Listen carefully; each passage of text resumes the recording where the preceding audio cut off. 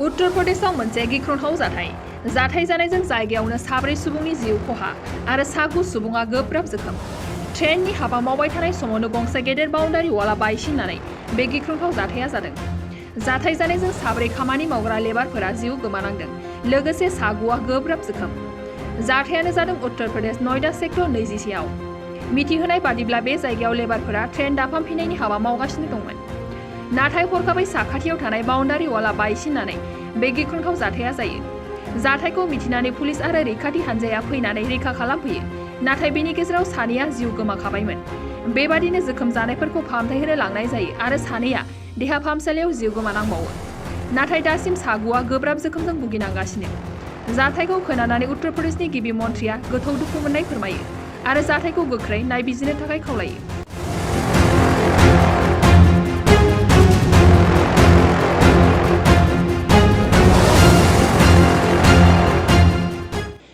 उत्तर प्रदेशआव मोनसे गिख्रंथाव जाथाय जानायजों जायगायावनो 4 सुबुंनि जिउ खहा आरो 9 सुबुङा गोब्राब जोखोम। ट्रेननि हाबा मावबाय थानाय समावनो गंसे गेदेर बाउन्डारि वालआ बायसिननानै बे गिख्रंथाव जाथाया जादों। जाथाय जानायजों 4 खामानि मावग्रा लेबारफोरा जिउ गोमानांदों, लोगोसे 9आ गोब्राब जोखोम। जाथायानो जादों उत्तर प्रदेश नयडा सेक्टर 21 आव। मिथिहोनाय बादिब्ला बे जायगायाव लेबारफोरा ट्रेन दाफामफिननायनि हाबा मावगासिनो दंमोन।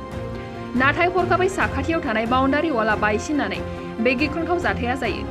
जाथायखौ मिथिनानै पुलिस आरो रैखाथि हान्जाया फैनानै रैखा खालामफैयो, नाथाय बेनि गेजेराव 2आ जिउ गोमाखाबायमोन। बेबादिनो जोखोम जानायफोरखौ फाहामथाय होनो लांनाय जायो आरो 2आ देहा फाहामसालियाव जिउ गोमानांबावो। नाथाय दासिम 9आ गोब्राब जोखोमजों भुगिनांगासिनो। जाथायखौ खोनानानै उत्तर प्रदेशनि गिबि मन्थ्रिया गोथौ दुखु मोननाय फोरमायो आरो जाथायखौ गोख्रै नायबिजिरनो थाखाय खावलायो। শ্ৰদ্ধাৰ কোকৰাঝাৰবাসী জনগণ, ইয়াৰ দ্বাৰা কোকৰাঝাৰ পৌৰসভাৰ অন্তৰ্গত অঞ্চলত বসবাস কৰা জনগণলৈ এটা জৰুৰী ঘোষণা আগবঢ়োৱা হৈছে।